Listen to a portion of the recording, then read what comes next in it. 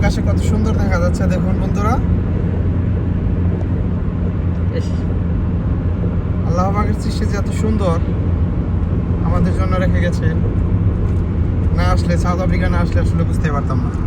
এই পাগলা এই দেশে না আইলে বুঝতাম না সাউথ আফ্রিকা পৃথিবী এত সুন্দর হয়। পৃথিবী এত সুন্দর, আল্লাহ পাকের নিদর্শন কত সুন্দর।